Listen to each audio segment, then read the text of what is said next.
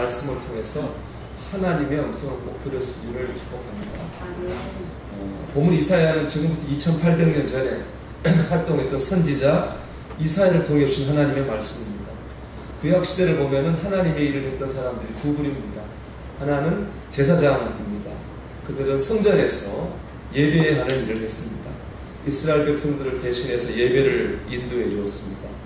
예배를 통해 이스라엘 백성이 하나님께 죄를 아뢰게 하고 하나님의 용서와 복을 구해 주었습니다. 그러니까 제사장의 사역은 용서, 구원, 축복, 제사장이 하는 일입니다. 그런데 선지자들은 제사장들과 달랐습니다. 선지자들의 사역을 잘 설명해 주는 말씀이 이사야 40장 3절의 말씀입니다. 같이 읽어볼까요? 외치는 자의 소리여 이르되 너희는 광야에서 여호와의 길을 예비하라. 사막에서 우리 하나님의 대로를 평탄하게 하라. 아멘. 선지자들은 뭐냐면요, 외쳤습니다. 이스라엘 백성들 향해 소리 질렀습니다. 그들은 성전이 아니라 사막이나 광야에서 이스라엘 백성들을 향해 호통쳤습니다. 일어나십시오. 정신을 차리십시오. 깨어나십시오. 그리고 소리치고 호통쳤습니다. 우리가 잠자는 신앙을 깨웠습니다. 잘못된 길을 가는 사람을 다른 길로 이끌려고 했습니다. 그러면 우리가 이사야나 예레미야나 에스겔 선지서를 읽을 때 먼저 들어야 될 것, 나를 흔들어 깨우시는 하나님의 음성을 들으려고 합니다. 그럴 때 하나님의 진짜 음성을 들을 수 있습니다. 물론 이사야서에도 위로와 격려와 축복의 말씀이 있습니다. 하지만 본류는 뭐냐? 나를 흔들어 깨우신 하나님의 음성입니다. 그걸 먼저 들으려고 우리 마음을 열어야 됩니다. 그때 선지서를 통해 주는 주의 음성을 듣게 될 줄 믿습니다. 여러분, 이 시간 나를 흔들어 깨우시는 하나님의 음성을 듣게 되시길 바랍니다. 오늘 말씀은 포도원의 노래라고 불립니다. 포도원은 하나님이 만드신 하나님의 포도원입니다. 하나님이 포도원을 만드실 때요, 온 정성을 다하셨습니다. 우리 5장 1절 우리 같이 읽어보겠습니다. 나는 내가 사랑하는 자를 위하여 노래하되 내가 사랑하는 자의 포도원을 노래하리라. 내가 사랑하는 자에게 포도원이 있으며 심히 기름진 산에로다. 2절까지 읽겠습니다. 땅을 파서 그 중에 망대를 세웠고 또 그 안에 술틀을 팠도다. 아멘. 5장 1절 말씀 보면 포도가 잘 자랄 수 있는 기름진 땅에 포도원을 만들었습니다. 거기다가 땅을 파고 작물이 성장하는데 방해하는 돌을 다 제거했습니다. 그리고 포도원을 지킬 망대를 세웠고 나중에 포도주로 만들 술틀도 다 팠습니다. 모든 포도가 잘 자랄 수 있는 모든 걸 다 만들었습니다. 포도를 향한 기대가 당연히 컸습니다. 하지만 기대는 실망으로 바뀌었습니다. 우리 5장 2절 술틀을 팠도다. 다음 구절 읽어볼까요? 좋은 포도 맺기를 바랐더니 들포도를 맺었도다. 포도원을 만든 하나님은 좋은 포도 맺기를 기대했는데요, 기대와 달리 전혀 먹지 못하는 들포도를 맺었습니다. 합당하지 못한 열매를 맺었습니다. 포도원이 하나님의 기대를 저버린 겁니다. 여기서 말하는 포도원은 이스라엘 백성이라고 말씀하고 있습니다. 5장 7절의 말씀을 같이 읽어보겠습니다. 무릇 만군의 여호와의 포도원은 이스라엘 족속이요 그가 기뻐하시는 나무는 유다 사람이라. 그에게 정의를 바라셨더니 도리어 포악이요 그들에게 공의를 바라셨더니 도리어 부르짖음이었도다. 이스라엘 백성의 포도원인데요, 이스라엘 백성은 하나님의 기대를 저버렸습니다. 하나님께서는 애굽에서 이스라엘 백성을 구해내셨습니다. 적과 꿀이 흐르는 땅 가나안 땅으로 그들을 인도하셨습니다. 거기에 있는 7 족속들 다 물리치우셨습니다. 이제 하나님은 당연히 기대했습니다. 이제 이들이 하나님을 잘 예배하고 잘 믿는 백성이 될 거다 하는 기대를 가졌는데, 하지만 하나님의 기대와 달리 이스라엘 백성은 하나님을 배신했습니다. 하나님을 의지하지 않고 우상을 의지했습니다. 도덕적으로 타락된 삶을 살았습니다. 그들은 합당한 열매를 맺지 못했습니다. 우리로 적용해 볼까요?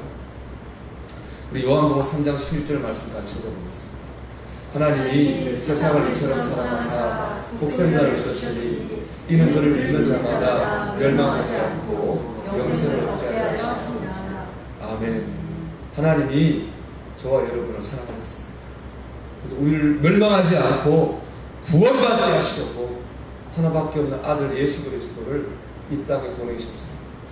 우리 죄를 지고 죽으심으로 우리 죄를 다 용서받게 하셨습니다. 우리를 구원하셨습니다.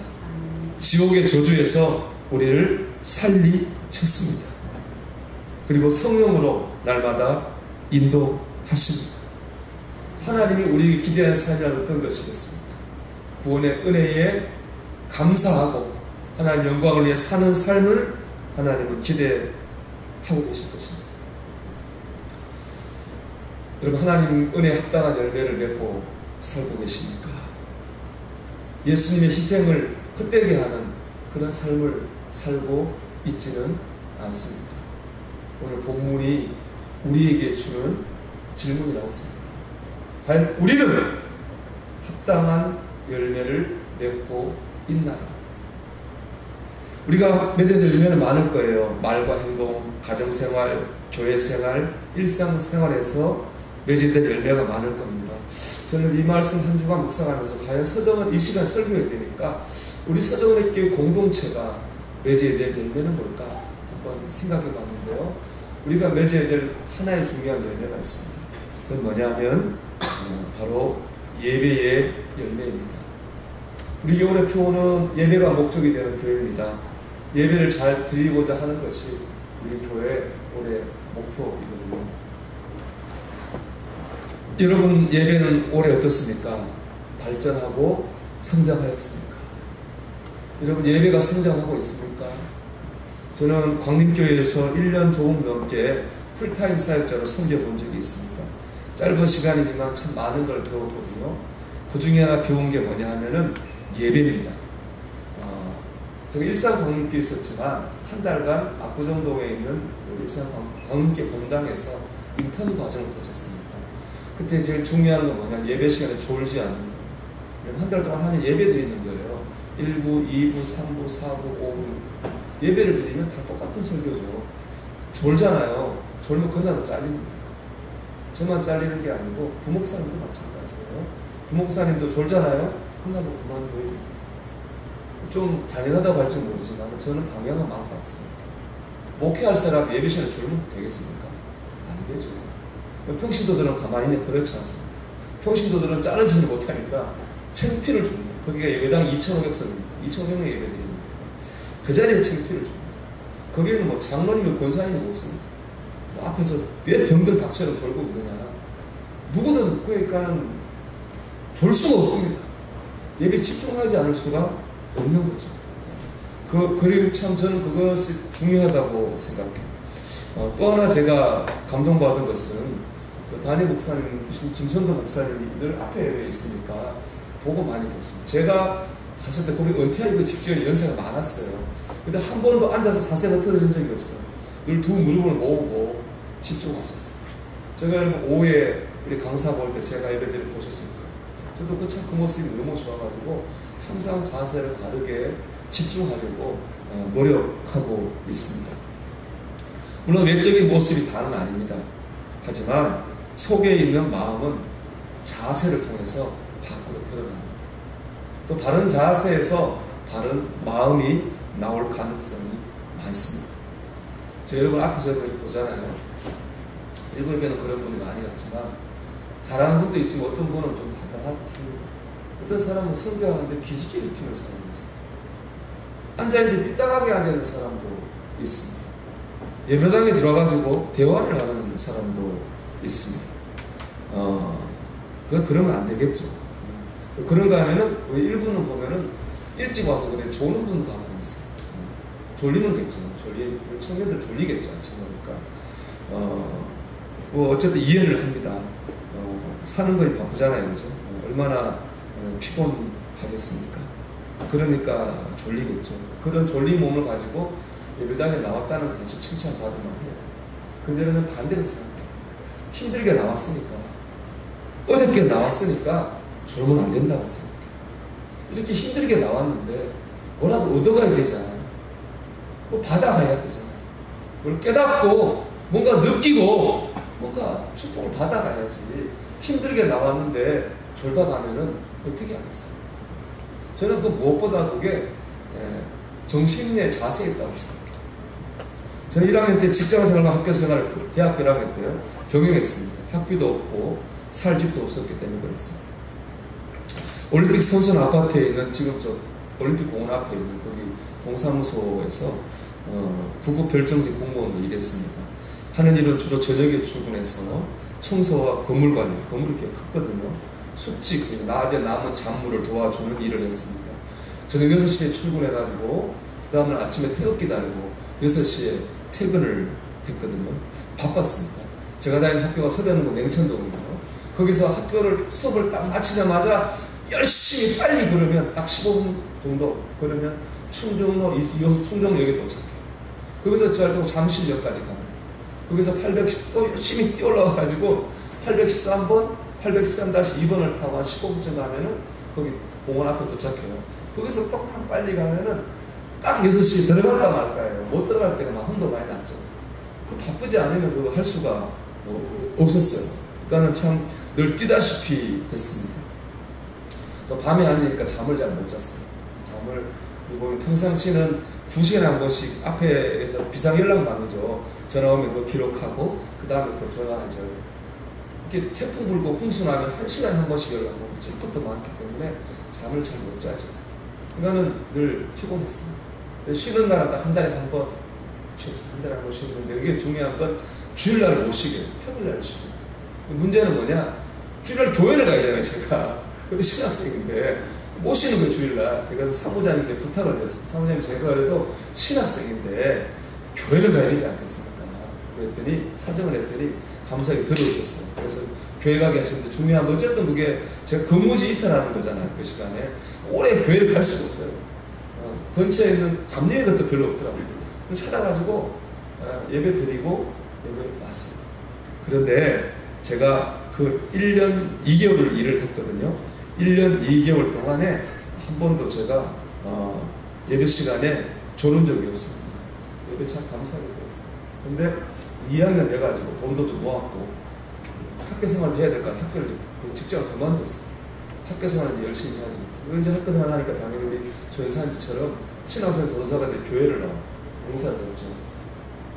지금 이제 큰 명성교회 옆에 상가에 감리교회가 5, 60명 모이는 감리교회 전사를 갔습니다. 다 맡아 영화고 아동부, 학생부, 청년 다 알고 성가대원도 있어요.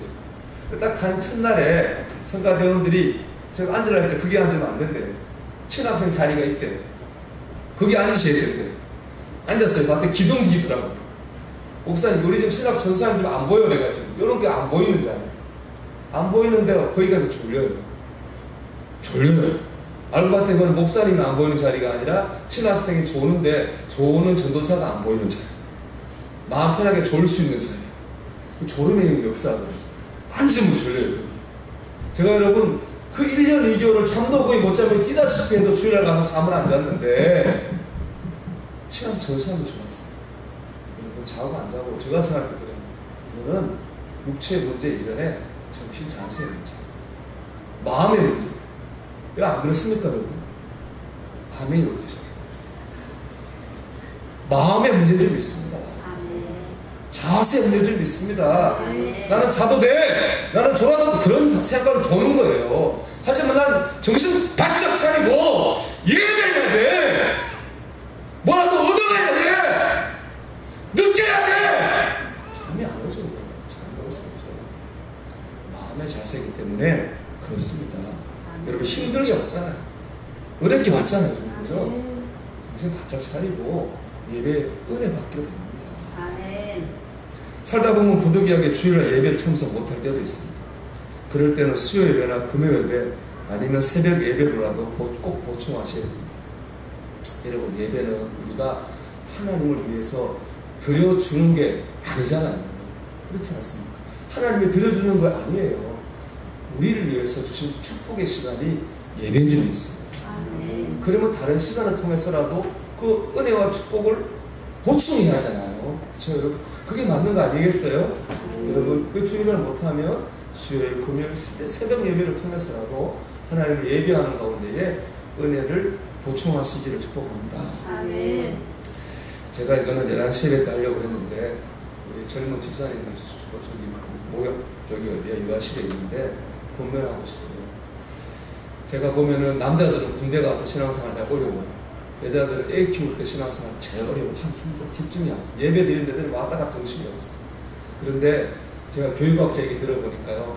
애들을 키우는데 부모한테 필요한 건 뭐냐? 체력이래요. 체력. 부모가 체력이 약하면 애한테 짜증내는 거예요. 그러면 좋은 영향 갈 수 없잖아요. 근데 반대로 부모가 체력이 있잖아요. 애한테 잘 돼요. 그러면 선한 영향력을 끼치는 거예요. 마찬가지입니다. 영적 체력이 건강하면 돼요. 내가 영적으로 은혜가 충만하면 자녀한테 좋은 영향을 끼쳐요. 내가 영적으로 피곤하면 영향을 끼칠 수가 없어요. 우리 젊은 집사님들 애기 키울 때 하는 뭐 다른 거 할 수 없잖아요. 성경 공부할 수 있는 것도 아니고 어디 집회 갈 수 있는 것도 아니니까 예배 열심히 드리시길 바랍니다. 오늘 같은 경우는 청년부 예배가 있거든요. 우리 청년들하고 제일 나이 차이가 적은 사람들이 우리 저기 젊은 집사님들이잖아요. 같이 찬양하고 예배 드려야죠. 은혜 받아야죠. 내가 부모가 은혜를 받으면 자녀가 축복을 받을 줄 믿습니다. 그런 자세로 예배해야 됩니다. 마지막으로 예배할 마음이 안 생겨서 예배할 자리에 못 나오겠다고 하는 분들도 있습니다. 정말 저는 이해합니다. 저도 그런 경우를 봤거든요. 사는 게 너무 힘들고 막막하니까요. 예배할 마음도 안 생기고 기도가 안 되더라고요. 정말 기도줄이 팍 막히는 것을 경험했거든요. 하지만 그럴수록 더 예배해야 될 줄 믿습니다. 그리고 구약성경 여호수아서는 가나안 정복기입니다. 애국을 나온 이스라엘 백성이 가나안을 정복해간 전쟁 얘기거든요.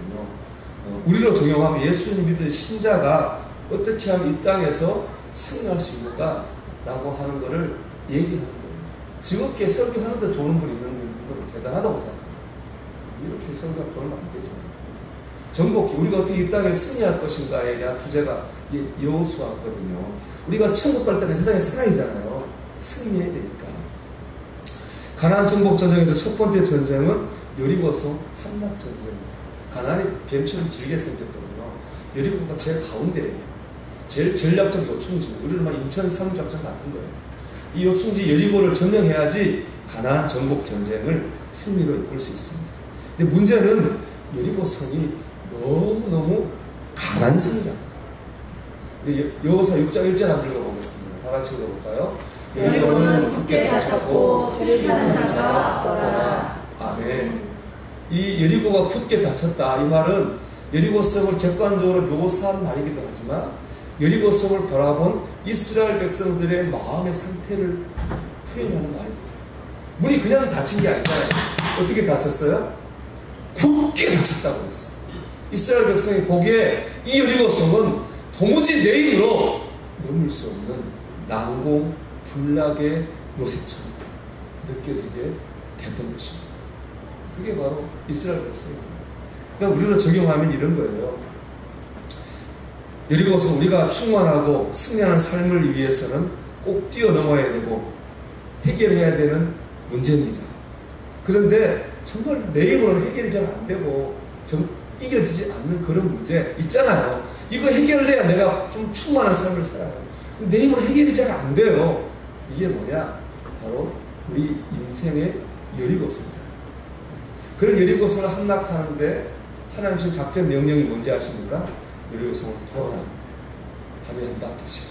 마지막 7일째는 7바퀴를 돌아라. 그렇게 말씀하셨습니다. 그래서 이스라엘이 돌았어요. 근데 말씀을 보면 성을 그냥 돈 게 아니고요.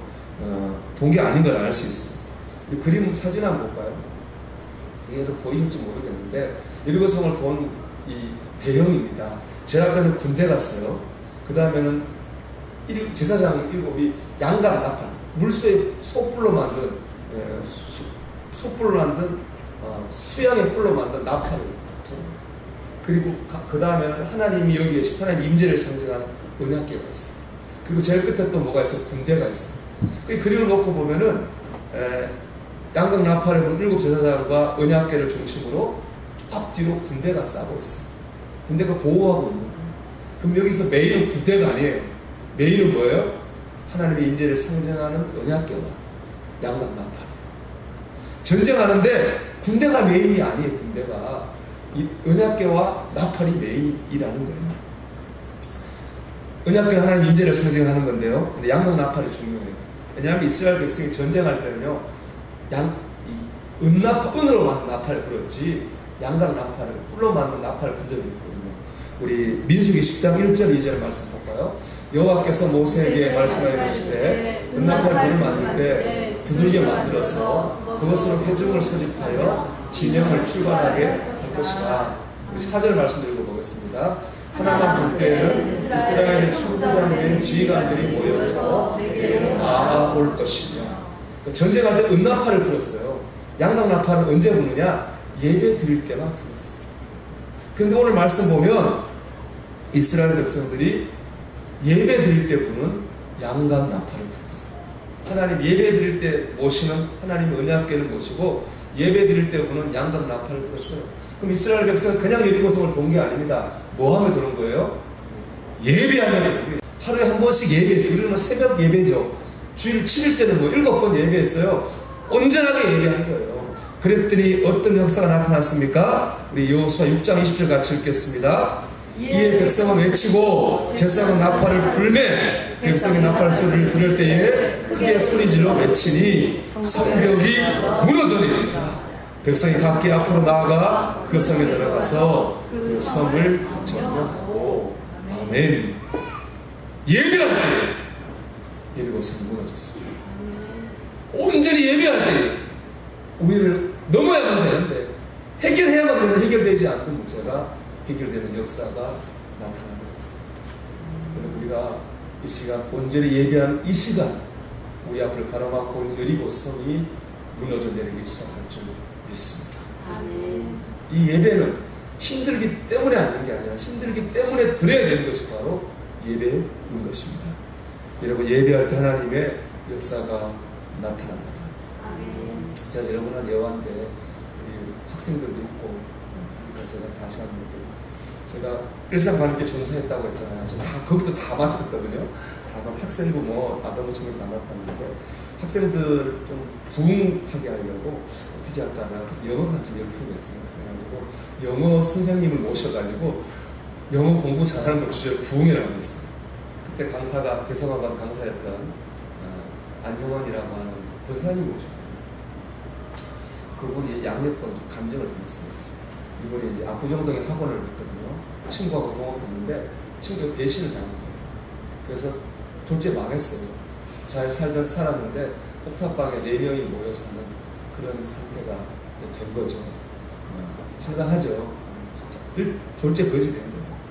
얼마나 괴롭겠어요. 친구에 대한 배신감, 가족에 대한 미안함, 실패감, 좌절감 견딜 수 없었거든요. 그때 이분이 뭐 한지 아세요? 예배 드렸어요. 모든 예배 다 참고 광대 교육 권사님이었으니까 뭐 1, 2, 3, 4, 5, 6 예배에 다 참석해요. 성교 예배가 심지어 남의 장례식 예배도 갔어요. 그분 말이 내가 예배하지 않으면 견딜 수 없었다는 거예요. 예배할 때만 내가 견딜 수 있었다. 그래서 그분이 견딜 수 없는 그 시기를 예배로 견뎠어요. 하나님 놀라운 역사가 나타나는데요. 그 돈 떼먹은 친구가 동업자가 돈을 보내줬어요.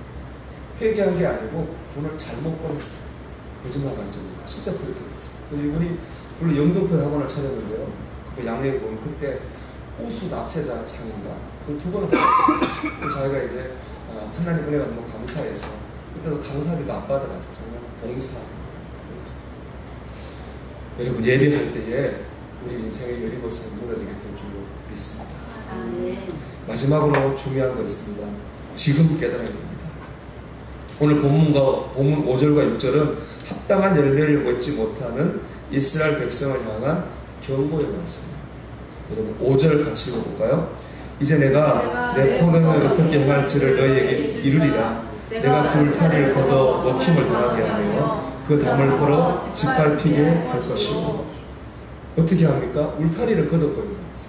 울타리는 보호하는 거잖아요. 외적으로부터 안에 있는 사람과 물건을 지키는 건데 하나님께서 그 울타리를 걷어가시겠다. 외부의 적에게 보호하지 않겠다. 그렇게 말씀하셨어요.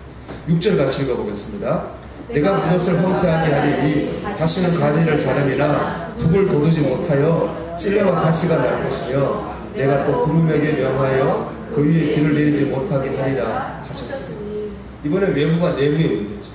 농사가 안 돼서 망하게 하겠다고 하는 이 말씀을 하셨거든요. 그런데 이 말씀의 중요한 건 뭐냐면은 둘 다 그 표현이 미래형으로 되어 있다. 짓밟히게 할 것이요 가시가 날 것이며 비를 내리지 못하게 하리라. 미래형이에요. 그러니까는 아직은 우리에게 미래를 바꿀 기회가 있다는 거예요. 아직은 우리에게 저주를 축복으로 바꿀 시간이 있다는 겁니다. 하지만 미루다가 때가 이르면 그때는 어찌할 수 없어요. 지금은 할 수 없어요. 근데 당시 이스라엘 백성들이 이사야 선지자의 말을 안 들었어요. 무시했어요. 그게 어떻게 되었습니까? 예언이 그대로 이루어집니다. 이스라엘 백성이 주전 586년에 바벨론에게 멸망을 당합니다. 그래서 성전이 불타고 성벽은 무너지고 이스라엘 백성은 포로로 끌려갔습니다. 70년 동안에 종살이를 합니다. 끌려가지 않은 백성이라고 나을 거 하나 없어요. 안 끌려간 이스라엘 예루살렘에 사는 백성들 어떤지 아십니까? 나 땅이 황폐해져서 먹을 게 없어요. 어떻게 그때 참상을 보면요, 자기 자식을 삶아서 먹었어요. 자식을 삶아 먹으면서 생명을 유지하는 참상을 겪게 됩니다. 하나님이 이 말씀이 그대로 이루어졌어요. 바벨론 포로에 돌아온 이스라엘 백성들이 예루살렘 성벽을 재건합니다. 그리고 모든 백성이 모여서 하나님 앞에 부흥회를 벌였습니다. 그때 학사 에스라가 구약의 말씀, 아마 이사야와 같은 말씀을 읽었겠죠. 말씀을 읽으니까 이스라엘 백성이 어떻게 반응한지 아십니까? 느헤미야 8장 9절의 말씀입니다. 다 같이 읽어볼까요? 백성이 율법의 말씀을 듣고 다 울자. 그들이 다 울었어요. 왜 울었어요? 그래! 그때 우리가 이사야의 말을 들었다. 그때 우리가 예레미야 말을 들었다면 우리가 오늘 이런 참상을 당하지 않았을 텐데 그때 우리가 그 말을 듣지 않고 무시했구나. 그래서 우리가 이런 우리 민족 어려움을 당했구나. 그들이 울 수밖에 없었습니다. 그리고 지금 바꾸지 않으면 나중에 웁니다.